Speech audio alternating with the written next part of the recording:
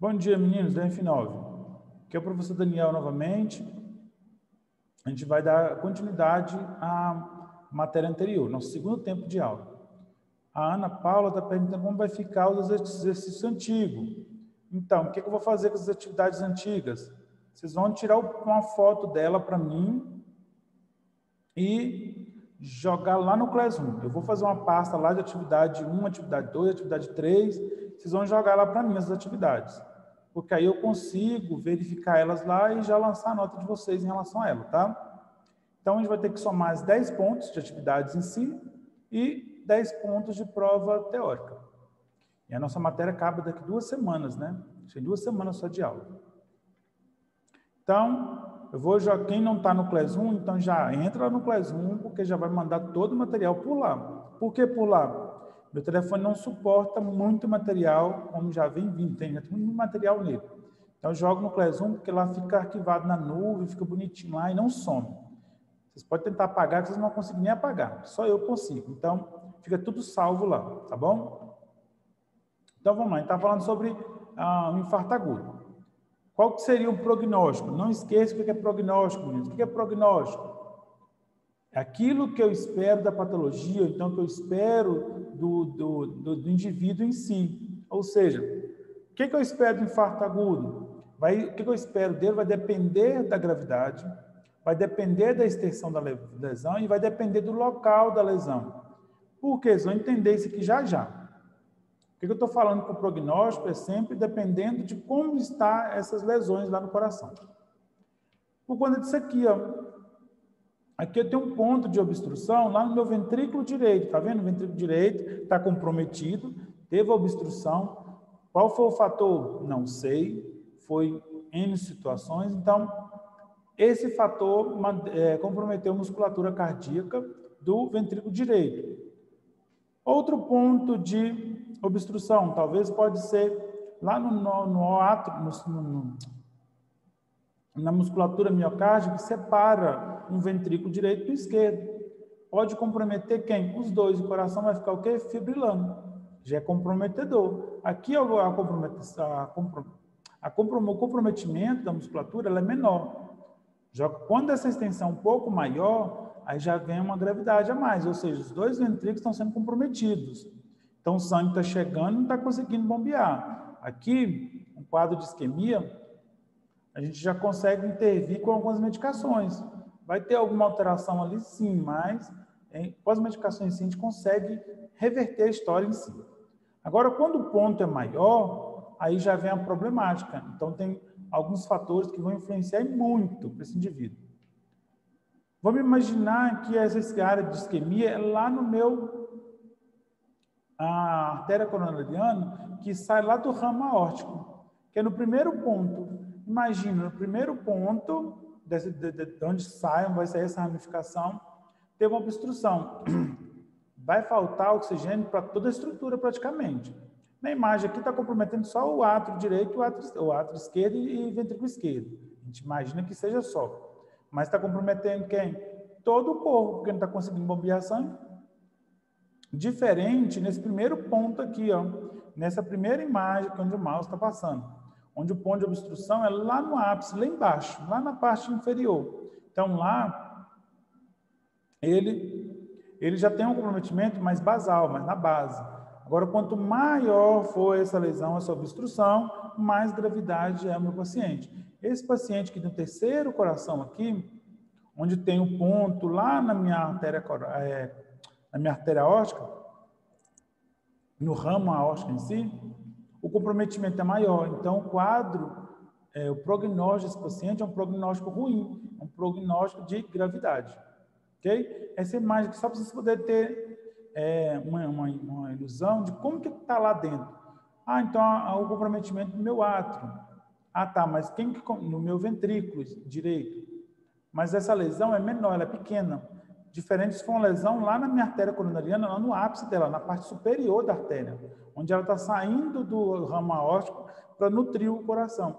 Então, a obstrução ali, ela o estrago é maior, né? Digamos assim. O que acontece aqui? Por que a gente fala de isquemia? Não faltou oxigênio? Faltou oxigênio, vai formar esse hematoma e esse hematoma vai se tornar isquêmico. Ou seja, não teve extravasamento de sangue, teve apenas uma obstrução do canal. A diferença de angina para o infarto é em relação a essa obstrução. Talvez uma pessoa que tem uma angina, ela tenha uma obstrução só na parte inferior, lá nos meus ventrículos embaixo, uma pequena porção. O sangue está querendo passar, reduzir o lume, está conseguindo chegar ao oxigênio, tá, mas em pequenas porções. A gente consegue reverter? Consegue. Tratamento. É intervenção cirúrgica. Agora aqui no infarto, não. Já teve o comprometimento de toda a estrutura. Comprometeu toda a estrutura. Teve uma obstrução no vaso, não está mandando oxigênio, a musculatura está comprometida, os vasos em si estão comprometidos, já é uma gravidade da patologia. Começa com angina e pode evoluir para um infarto agudo, ok? Não estou dizendo que quem tem angina vai ter infarto. Ele pode evoluir para um infarto. Alguma dúvida até aqui? Não. O processo cirúrgico, lembra, é porque vocês não vieram na aula passada. Eu mostrei como é que funcionaria esse procedimento. É um cateterismo. Primeiro momento, cateterismo. É uma sugestão. Aí vai depender do comprometimento da estrutura, mas o primeiro procedimento é um cateterismo, ou seja, uma introdução de um catéter pela veia, artéria femoral, somente na artéria femoral, que ela é mais robusta, e ele vai andando todo esse percurso até chegar onde tem essas lesões. Desobstrui. Desobstruiu, melhorou o procedimento, melhorou o processo, né? Então, o que vai determinar o procedimento? A lesão e o médico, tá? Então, pode ser uma cirurgia cardíaca aberta? Pode. Depende muito da estrutura que foi comprometida. Se for uma válvula ou tem alguma obstrução ali que um cateterismo não vai conseguir reverter, aí vai por uma cirurgia cardíaca.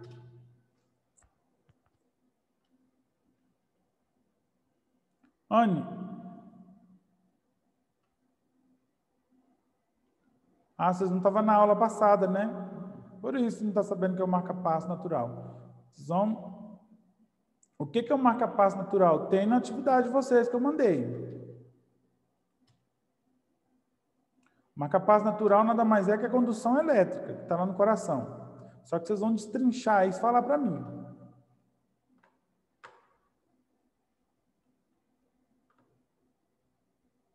Sim, Ana Paula, eu lembro. As meninas falaram de estágio de atestado. É porque eu falei esses pontos tudo na aula passada, sobre o marca-passo, a identificação do eletrocardiograma. Então, teve muitos pontos que a gente falou na aula passada.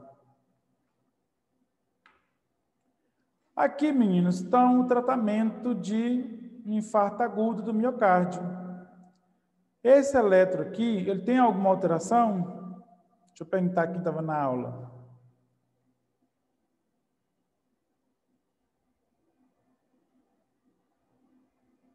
Deixa eu ver.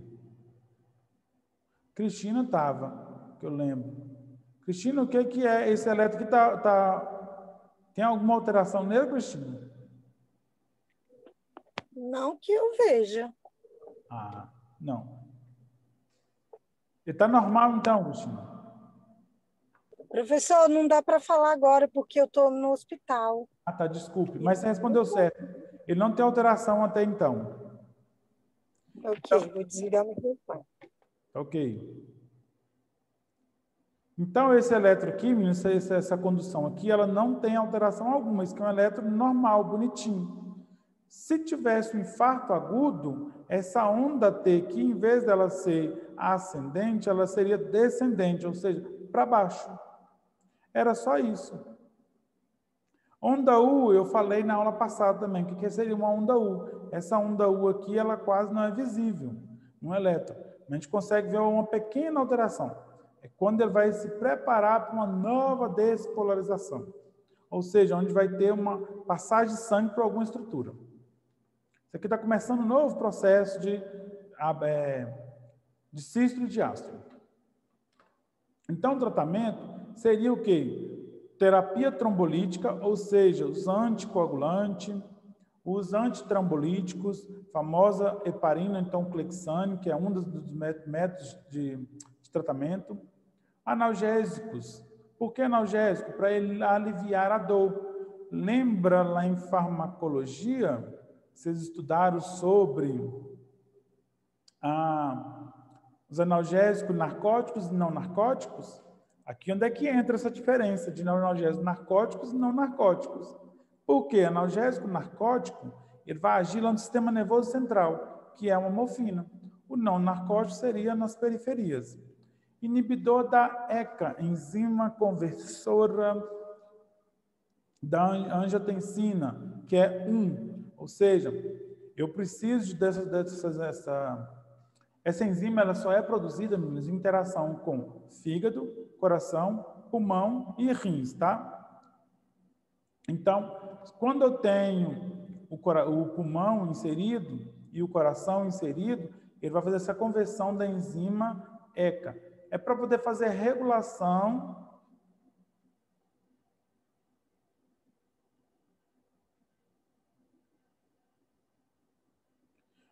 uma regulação da pressão arterial. Por isso que ele toma alguns inibidores da ECA. Só vocês viram isso lá em farmacologia, porque no material seus tem, que eu sei, eu já dei farmacologia, eu já vi lá. Então, a gente tem os inibidores das enzimas conversoras, que são lá o captopril, losartana, furosemida, são alguns medicamentos que vão intervir na pressão arterial. Então, vai tomar alguma medicação para inibir essa enzima. Sugiro vocês pesquisarem sobre ela. Desculpa, meninas. Sugiro pesquisar por quê. Isso cai muito em processo seletivo, cai muito em conversa médica, aí você fica meio perdido. Então, isso é bom você saber. Isso aqui é fundamental. É muito bom você saber sobre isso aqui. Oxigenoterapia. Lembra os tipos de oxigenoterapia? Então, vai depender o quê? Do quadro do paciente, do fator saturação. Então, dependendo da saturação, eu vou utilizar um tipo de oxigenoterapia. Os ansiolíticos. Por que ansiolítico? Uma pessoa com infarto. Para ela poder manter a calma. Quanto mais agitada a pessoa tiver, quanto mais nervosa, mais energia ela gasta, mais oxigênio ela precisa. Se está faltando, vamos lá imaginar que está faltando, teve um quadro isquêmico no ventrículo esquerdo. Automaticamente está faltando oxigênio para todas as estruturas, principalmente o pulmão. Se o pulmão não conseguir trabalhar adequadamente, não vai ter mais oxigênio. Se o sistema cardio não consegue mandar sangue para nutrir a estrutura, não consegue mandar oxigênio para o diafragma para ele trabalhar, ele vai ficar deficiente. Então, a gente tem que ter um controle em relação a essa oxigenoterapia. E o ansiolítico também, para manter esse controle, a pessoa ficar mais calma, serena, menos agitada. Revascularização. Lembra que a gente falou sobre isso na aula passada, sobre revasque? Até falei assim, eu ouvi muito essa palavra, revasque. Não sei se aqui tem alguma imagem sobre ela, deixa eu mostrar aqui como é que funciona alguns aqui, já tinha visto. Deixa eu ver aqui. Não vai ter. É um procedimento cirúrgico, tá, meninos? Aí nesse quadro aqui, a intervenção cirúrgica mesmo. E o stent, que é o famoso cateterismo. Aquele cateterismo que introduz lá na artéria femoral e vai até o local da lesão, para desobstruir elas. Então, tá com dúvida? Vamos pesquisar mais, vamos focar mais. O tempo nosso aqui é curto, tá, meninos? 40 minutos apenas, de 2 aulas. Ou seja, 1h20 de aula. E muitos pontos aqui, Ana Paula, a gente falou na aula passada, eu falei um pouquinho sobre anatomia, falei sobre alguns procedimentos para identificar as alterações, a gente falou do eletrocardiograma, identificar um eletro, como que faz um eletrocardiograma, expliquei, e os pontos, porquê dos pontos, contar a frequência cardíaca no eletro, então foi praticamente tudo isso aqui que eu já estou passando aqui. Algumas pessoas, acho que se eu não me engano, alguns gravaram, até tiraram foto das imagens, mas nessa apostilazinha aqui, eu vou mandar ela para vocês, só para vocês terem mais conteúdo em si, tá?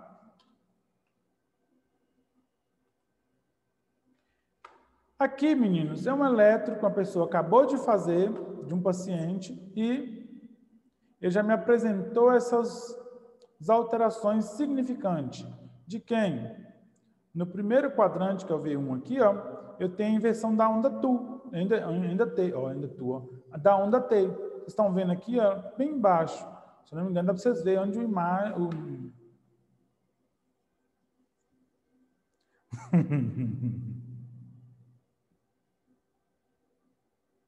Obrigado, não, Paulo. Mas estou bem assim.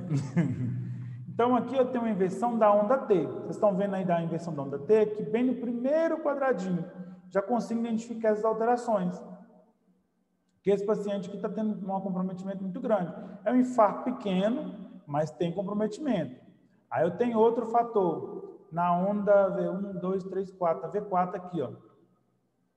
Eu estou tendo uma alteração na onda onda T de novo, onda onda T. Está vendo que ela está tendo uma protuberância maior? Ela desceu bem mais. Isso aqui é uma alteração significante, o infarto dele está só evoluindo.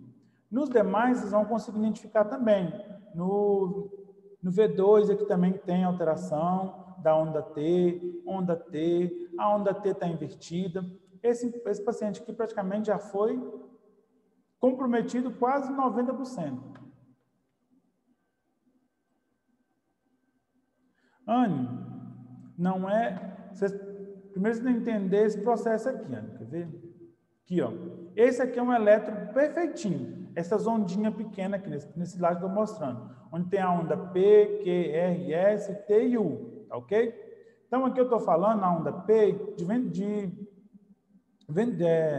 de átrios, tá? Ventrículos, QRS. Repolarização ventricular, ou seja, eu estou falando de diástole praticamente. O segmento ST, eu estou falando de diástole. Segmento QRS até o S, aqui eu estou falando de sístole, que teve a contração. O que seria a onda T? É quando o coração já teve uma diástole, né, está se expandindo para receber mais sangue. Nesse momento, para poder jorrar mais sangue, ele não vai conseguir. Aí onde é que vem essa ondinha, onda T? Que ela não tem força. Ela tem sangue, mas não consegue bombear sangue para ter uma nova sístole. Então, essa inversão da onda T é que vai me falar assim, não, está tendo algum infarto ali. É no ventrículo? Pode ser. É no átrio? Pode ser também. Mas eu já sei que é um infarto. Não é a inversão da onda QRS, é a inversão da onda T, que é a menorzinha, tá? Alguém quer falar alguma coisa aí? Acho que alguém tinha sinalizado. Então, esse eletro aqui, Ana, está me mostrando que a onda T, ela teve inversão, ela tinha que estar ascendente, ou seja, subindo. Ela até descendo. Então, eu chamo ela de descendente. É uma onda T descendente. A gente já identifica que é um infarto agudo. Já sugestiva a um infarto. Aí onde é que entra um exame de sangue? Quem faz o exame de sangue? A gente faz a coleta e manda para o laboratório. E lá vai identificar essa alteração na enzimas cardíacas, CBMK, ok? Oi, professor. Oi. Só tinha uma dúvida, eu não tive na aula de sábado. Então, quando eu ver um exame desse, o normal é as ondas estarem para cima. Quando elas estão descendo muito para baixo, é sinal de que tem algum problema? Tem alguma alteração, só que aí eu tenho que identificar, é porque aqui, ó, a gente pega o D2 longo, que é o AVL, que é o do meio aqui, que eu consigo identificar as alterações principalmente. Essas ondas de baixo aqui da U, terceira linha, eu estou falando dos átomos, está recebendo sangue, está jorrando, então elas têm que estar para baixo. Mais,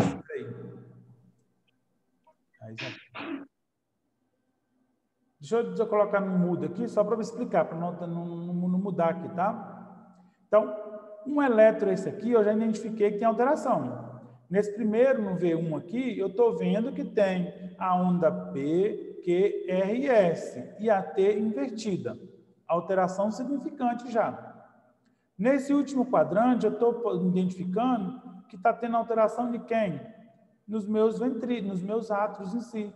O sangue está chegando no ar, está jorrando, ele tinha que estar mais elevado. Só que não está acontecendo isso. Então, meu foco aqui não é no QRS, é na minha onda T, que eu sei que teve alteração no ventrículo. Ele está fazendo algum processo isquêmico. A gente consegue ver um eletro, essas alterações aí, praticando isso. Quanto mais a gente pratica e visualiza eletro, eu vou identificar o que é um normal. Eu vou jogar um normalzinho aqui para vocês poderem identificar. Quando a gente vê um normal, qualquer alteração já consegue identificar as alterações em si. Por isso que é bom a gente saber, igual a gente falou na aula passada dos meninos aqui. Aqui tem, que eu passei na aula passada, foi isso aqui, ó. Deixa eu mostrar aqui. Isso aqui, ó. O elétron. V1, V2, V3, V4, V5, V6. Aquele elétron lá, cada quadradinho daquele representa uma onda dessa aqui, ó. Um marca-passo natural, ou seja, um condutor elétrico, uma condução elétrica no coração. Eu preciso entender o que é normal e o que ele está me mostrando naquele momento. V1 e V2, ele me mostra principalmente a musculatura ventricular, principalmente, né? O ventrículo. Ver se está conseguindo trabalhar normalmente. Está recebendo condução elétrica, está acontecendo o fechamento e a abertura das válvulas. É porque é bem complexo. Esse material eu vou disponibilizar para vocês não ficarem tão assim perdidos. Ok? Mais alguma dúvida em relação ao elétron?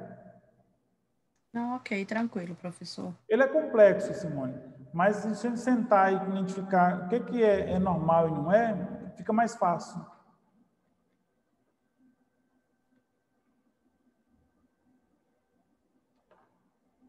Entendeu, Anne? Por que essa onda T ela vai estar descendo, vai estar para baixo, vai estar ascendente? Entendi, professor. Ok, minha querida? E os nossos cuidados de enfermagem, meninos, que é muito importante nesse infarto.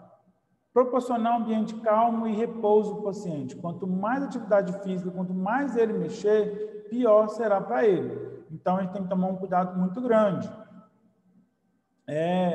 Verificar sinais vitais de 30 em 30 minutos. Um paciente com suspeita de infarto, eu tenho que monitorar ele de 30 em 30 minutos. Por quê?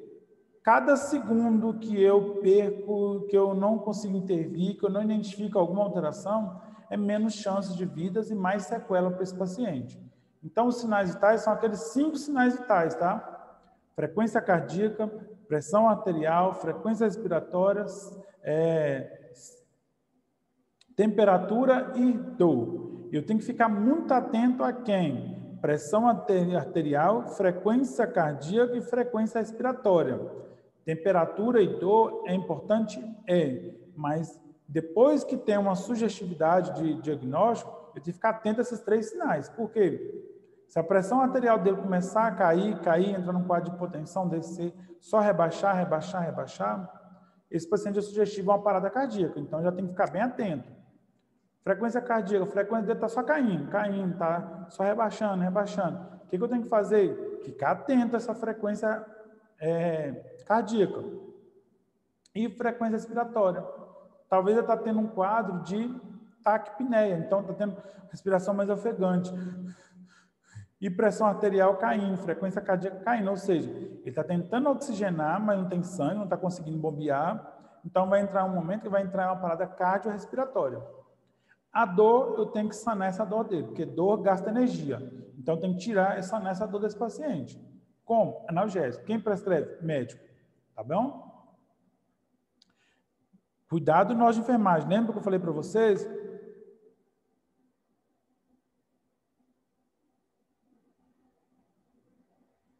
Mas acontece, 5/3, olha, a pressão dela estava bem em potência.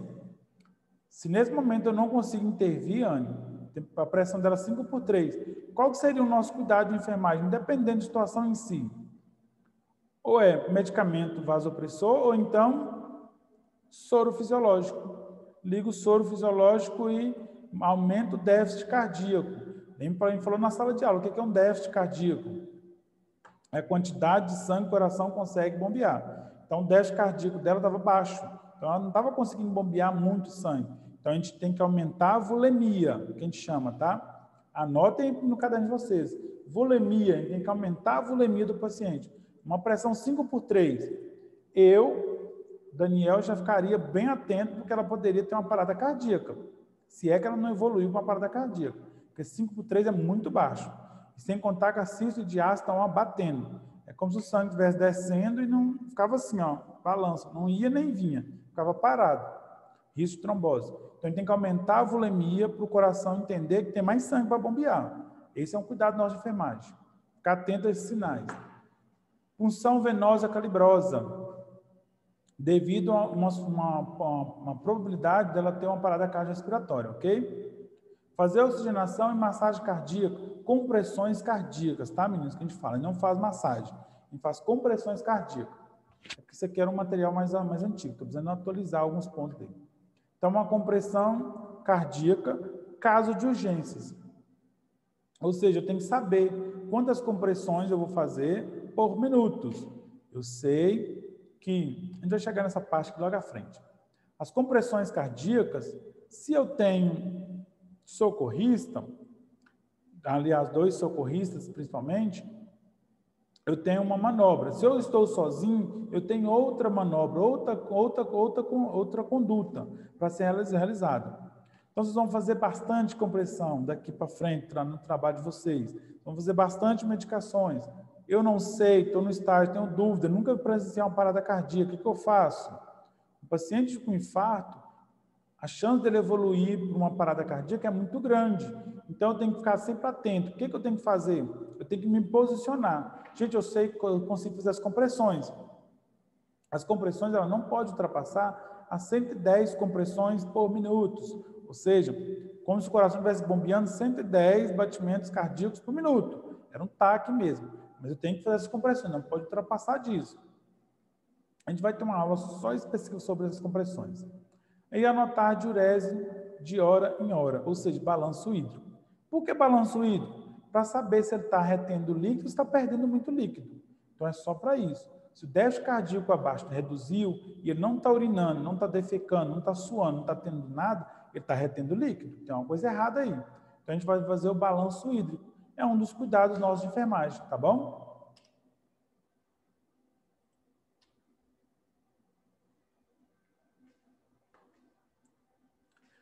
O que seria convalescência? Acho que vocês viram isso aqui um pouco mais atrás em relação à convalescência. É quando a pessoa já teve um diagnóstico de patologia e está começando a ter uma melhora. Então, eu já vou entrar num processo de convalescência. É quando a doença já está começando a cair, já perdeu sua ação no corpo e a pessoa está começando a se revitalizar. Ou seja, está começando a melhorar, né? Então, está tendo um quadro, um prognóstico positivo. Então, qual é o nosso cuidado de enfermagem? Auxiliar o paciente a se levantar do leito, porque a pessoa tem que ter um cuidado ao se deambular, ela não pode se deambular, levantar bruscamente, sair andando, porque pode ter algumas alterações, principalmente de vertigem e desmaiar, bater a cabeça e ter um traumatismo craniano. Aí já vem outro problema. Atividade física moderada. Então, esse paciente vai ter um acompanhamento fisioterápico, né? Um acompanhamento com o fisioterapeuta, com o fonoaudiólogo e o técnico de enfermagem, enfermeiro e médico. Então, é uma equipe multidisciplinar. Não expor o paciente a extremos de frio e calor, porque essa vasoconstrição, essa vasodilatação pode comprometer esse paciente. Talvez pode induzir a uma hemorragia, que é outro problema, não é favorável para a gente ainda. Orientar os familiares a evitarem conversa excessiva, ou seja, poupar a energia desse paciente. O intuito da gente aqui é só poupar a energia dele, para que quanto menos energia ele gastar desnecessária, maior energia o corpo vai gastar para poder revitalizar novamente aquela estrutura danificada. Ou seja, sistema imune, sistema cardiovascular vai ter energia para gastar nessa reconstrução desse corpo, né? Esse paciente com infarto agudo, ele tem que ter uma dieta muito branda, ou seja, dieta leve, hipossódica e hipolipídica, ou seja, hipossódica, baixo teor de sódio, gente falou na aula passada em relação ao sódio, porque esse sódio, ele vai fazer o quê? Aumentar esse fluido dentro do vaso. O sódio é como se fosse um ímã, tá, meninos? Eu preciso de ter sódio para fazer a polarização e a despolarização. Se a gente for ver uns videozinhos mais a fundo, vocês vão identificar isso aqui. Hipolipídica. Se ele já está com problema infarto agudo e vai continuar comendo comida hiperlipídica, ou seja, rica em gordura, automaticamente ele está assinando a sua sentença de óbito. Então, ele tem que ter um controle rigoroso em sódio e gordura, ok? A gente tem que evitar oferecer líquidos gelados para o paciente. Por quê? Pode desenvolver uma arritmia devido a uma vasoconstrição, aumento do déficit cardíaco e o coração tem que trabalhar um pouco mais, sobrecarrega o coração. Aí ele pode entrar numa arritmia. O que seria arritmia? A gente falou na aula passada também. A arritmia seria a descontrole do coração ou uma anormalidade da frequência cardíaca. Esse coração pode trabalhar mais, pode apresentar um taque cardíaco ou pode apresentar uma bradicardia, pode dar várias alterações no coração. Então, a arritmia nada mais é a alteração dos movimentos, das contrações cardíacas, tá? E outro cuidado, lembra que eu falei para vocês na primeira aula, gente? Vou reforçar isso aqui. Alterações na prescrição de enfermagem. Então, vocês vão trabalhar com prescrição médica e com prescrição de enfermagem. Prescrição médica, tudo relacionado à patologia e medicamento. Prescrição de enfermagem, tudo que está relacionado com a patologia, sinais e sintomas. Então, orientar o paciente. Praticamente isso aqui é a prescrição de enfermagem. Vocês têm que checar essa prescrição? Sim. O que é checar? Identificar que você realizou ou então que o paciente já realizou. Então, auxiliar o paciente a se deambular é uma prescrição de enfermagem.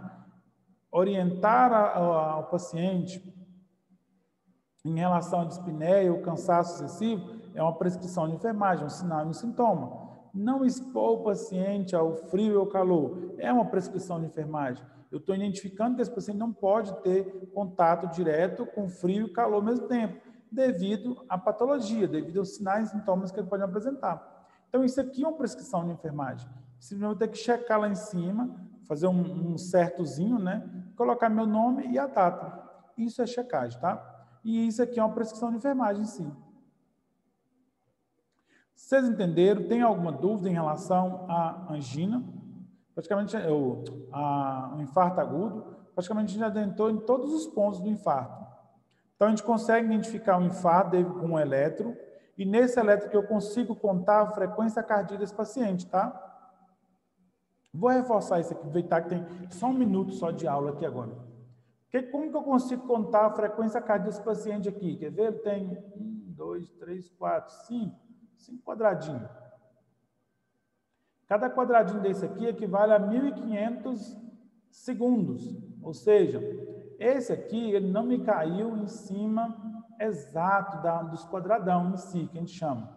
Então, aqui eu vou ter que contar quadradinho por quadradinho de uma onda R, bem no início aqui, ó. Vou passar o mouse para identificar. Eu vou contar o quadradinho que está daqui, que é a onda R, até a outra onda R.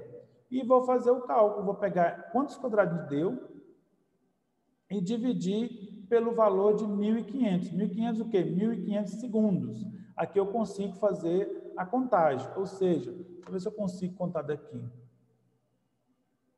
Daria 20, 1, 2, 3, 4, 5, 25, 1, 2, está dando 23 mais ou menos. Eu vou pegar 1.023 dividido por 1.500, que aí eu vou chegar no valor exato da frequência cardíaca desse paciente aqui. Deixa eu ver aqui. 1.500 dividido por 23. Dá 65, ele está tendo está começando a entrar numa brade, né? Brade cardíaca. E provavelmente está evoluindo para uma hipotensão. Só que eu mensurei mais ou menos, tá, menino? Porque não dá para enxergar os quadradinhos bonitinhos. Eu julguei que está com 23 quadrados segundos aqui, de uma onda a outra, tá? Então, como que eu conto? Eu sempre pego ou o V2, ou então essa primeira onda e conto. Onda R, de uma para outra, e faço a contagem. Ou seja, paciente que está tendo quase uma hipotensão e entrando num quadro de bradicardíaco. Interessante, isso que é interessante saber também. Ok?